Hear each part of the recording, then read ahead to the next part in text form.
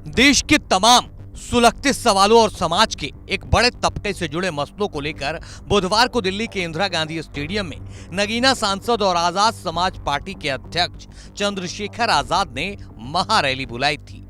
ये उसी महारैली की तस्वीरें हैं। देखिए, पूरा स्टेडियम नीले रंग से रंगा नजर आ रहा है। इतने लोग पहुंचे हैं कि स्टेडियम के किसी भी हिस्से में पैर रखने की जगह नहीं।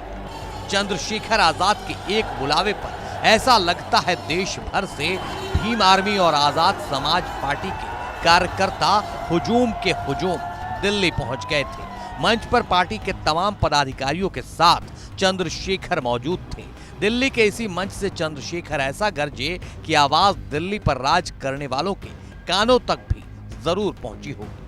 आरक्षण को समाप्त करवाने के लिए एडी चोटी के जोर लगा दिए और इसका सबसे बड़ा हमला इस पे कब हुआ, जब 10% EWS लागू हुआ। मुझे माफी चाहते हुए कहना है कि हमारे दलों ने भी हाथ उठा के जो हमारे पूर्व के दल थे उनका समर्थन किया, जबकि वो आरक्षण पे सबसे बड़ा हमला था।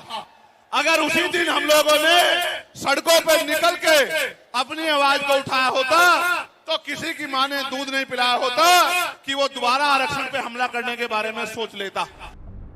आजाद समाज पार्टी की इसी महारैली की सफलता से गदगद हुए नगीना सांसद चंद्रशेखर ने अब अपनी आगे की योजना सोशल साइट एक्स पर अपने ऑफिशियल एक्स हैंडल से शेयर की है। चंद्रशेखर ने इस महारैली के वो 10 प्रण बताए हैं जो आने वाले दिनों में बीजेपी की नींद उड़ाने वाले हैं। चंद्रशेखर ने एक्स पर लिखा है, पूरे देश ने बहुजन समाज की एकता का जो जन सैलाब दिल्ली में देखा, उससे एक बार फिर ये साबित हो गया, हक अधिकारों की लड़ाई में निमंत्रण नहीं भेजे जाते, जिनका जमीर जिंदा हो वो खुद दौड़े चले आते हैं।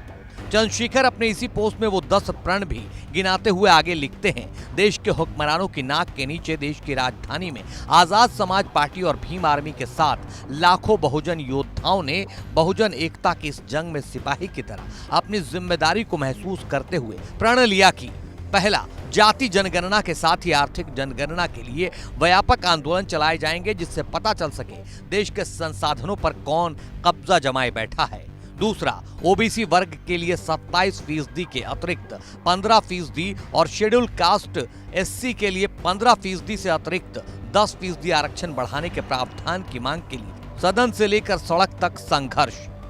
तीसरा, SC/ST में क्रीमी लेयर ढूंढने के नापाक मंसूबों को तो किसी कीमत पर कामयाब होने ही नहीं देंगे, साथ ही ओबीसी के जबरन क्रीमी लेयर के खिलाफ लड़ाई लड़ेंगे।